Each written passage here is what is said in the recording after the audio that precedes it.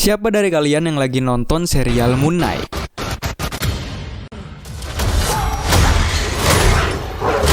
Voices in your head.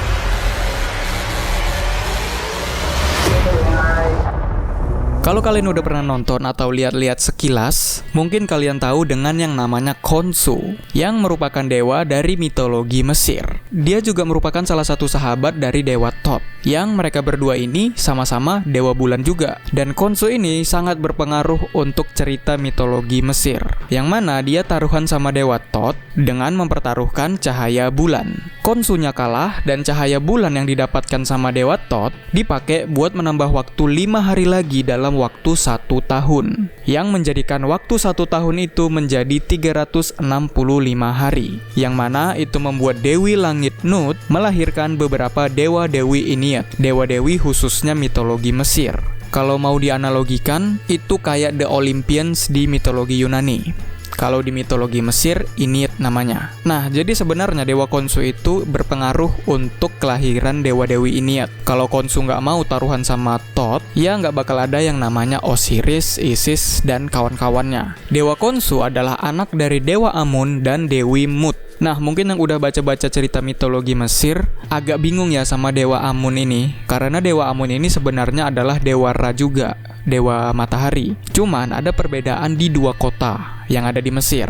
Kota yang satu bilangnya Dewa Amun, kemudian kota yang kedua bilangnya Dewa Ra. Mereka ini memiliki kesamaan dan ujung-ujungnya digabung aja jadi Amun Ra. Jadi Dewa Khonsu bisa dibilang adalah anak dari Dewa Ra dan Dewi Mut. Dewi Mut ini dijuluki sebagai ibu dari para dewa. Penggambaran Khonsu biasanya seorang pria yang badannya dibalut seperti mumi dengan sabit dan cakram di kepalanya. Kadang juga digambarkan sebagai pria berkepala burung. Dan di serial Moon Knight, Dewa Khonsunya mengambil referensi dari yang pria berkepala burung. Jadi bukan pria berbadan mumi. Dan untuk kesatria bulannya, penggambarannya digabung. Badannya seperti mumi dan kepalanya seperti ada bentukan-bentukan kepala burung. Kayak ada paruh burung lah di situ. Selain dikenal sebagai dewa bulan, Dewa Khonsu juga dikenal sebagai dewa waktu. Nah, kenapa dewa waktu? Jadi gini, arti dari nama Khonsu sendiri adalah traveler atau pelancong, yang mungkin berhubungan dengan perjalanan malamnya dia melintasi langit, seiring dengan dewa Thoth yang menandai berlalunya waktu. Maksudnya Dewa Thoth menandai perjalanan malamnya Khonsu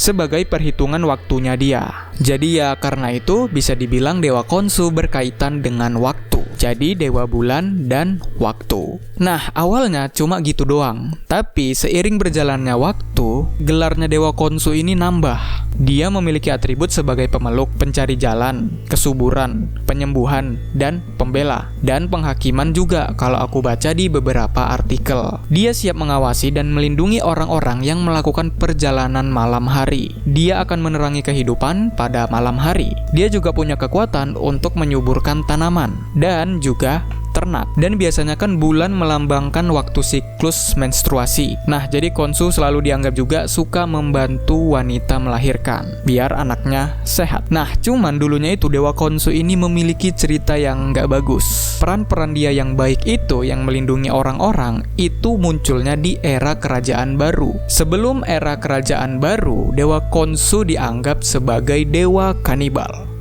Kenapa? Karena dia membunuh dewa-dewi yang lain kemudian memakannya untuk menyerap kekuatannya, dan supaya juga komplotannya bisa menyerap kekuatannya juga. Dewa Khonsu berkomplot dengan raja-raja Firaun yang sudah mati. Nanti kan Dewa Khonsu memakan dewa-dewi yang mati itu, dan nanti para raja-raja Firaun itu juga ikut menyerap kekuatan dewa-dewinya.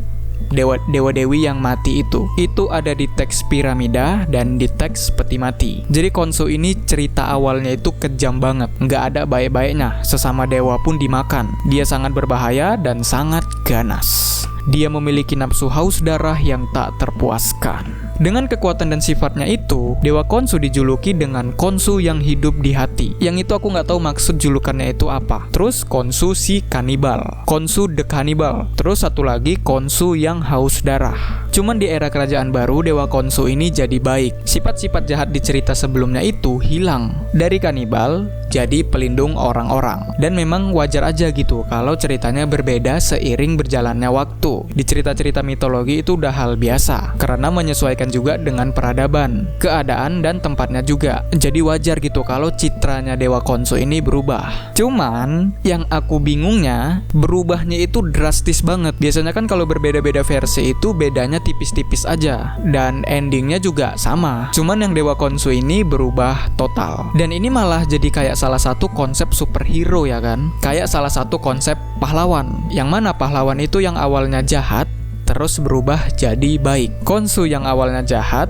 terus berubah jadi baik. Ceritanya udah nggak kanibal lagi. Aku juga kurang tahu kenapa orang-orang Mesir kuno masih mau menyembah Dewa Khonsu yang awalnya memiliki cerita kelam. Biasanya kan kalau udah tahu cerita awalnya jahat, ya udah dihindari aja, nggak usah dipikirin. Masih banyak dewa-dewi lain yang layak untuk disembah. Tapi mungkin orang-orang Mesir kuno menerima masa lalunya Dewa Khonsu mungkin ya. Baru berubahlah ceritanya ini jadi melindungi orang-orang, khususnya pada malam hari. Kemudian mereka sembah. Mungkin karena itu penyebab citranya Dewa Khonsu ini berubah. Mungkin ya, mungkin.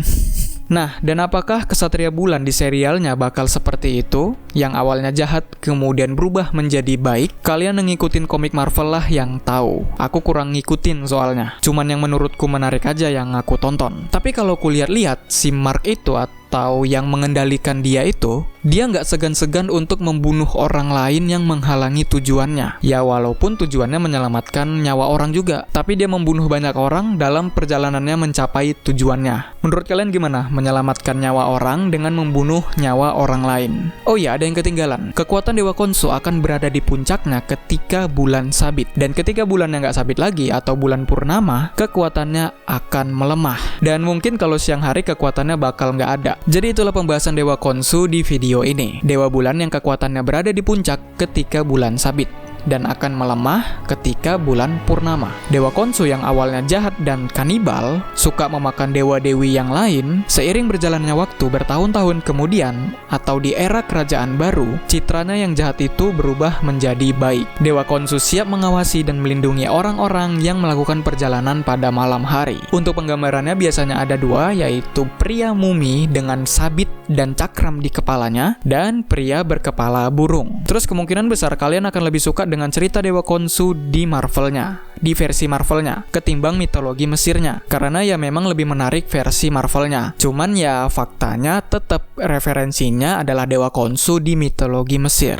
Dari penggambarannya, terus kekuatannya juga itu udah kelihatan banget. Untuk cerita-cerita Dewa Khonsunya aku nggak nemu di Google. Jadi pembahasan kita di video kali ini lebih ke pendeskripsiannya. Siapa itu Dewa Khonsu, siapa orang tuanya, perannya dia apa-apa aja. Untuk alur cerita yang melibatkan Dewa Khonsu nggak ada. Paling yang taruhan sama Dewa Thoth itulah. Oke, jadi selamat menikmati serial Moon Knight-nya, karena video ini dibuat ketika serial itu lagi rilis. Semoga terhibur dan sampai jumpa di next video. I wake up every minute with the fever dreams. I push my mind to a limit where it needs to be. I work blind, got vision I don't need to see. I'm picking mind over matter, I believe in me. I need to find more hours in the day to breathe. Need to find more power in the way I be. And when my mind turns sour with the painful scenes, I need to scream out loud, I can't stop me.